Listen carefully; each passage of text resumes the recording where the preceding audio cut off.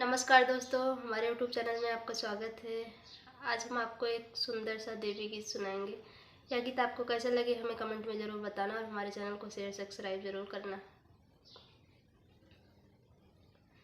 शेरा पे सवार होके आजा हमरे घरे मैया, शेरा पे सवार होके आजा हमरे घरे मैया, करती हम पूजन तोहार देवी मैया, करती हम पूजन तोहार देवी मैया, शेरा पे सवार होके आजा हमरे घरे मैया, शेरा पे सवार होके आजा हमरे घरे मैया, करती हम पूजन तोहार देवी मैया, करती हम पूजन तोहार हे देवी मैया।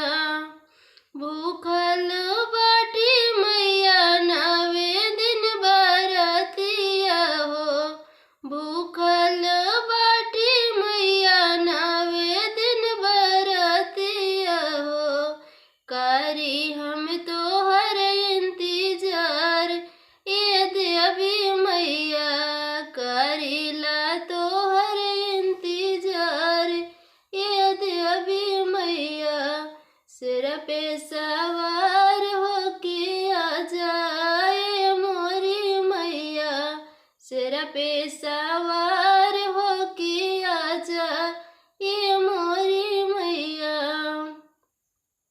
गैया की गोबर से अंगना लिपवले बाटे, अंगना लिपाई मैया चौका पुरवले बाटे, कितना हम गाई गुनवाया जे मोरी मैया, आजा तू सिरा पे सवार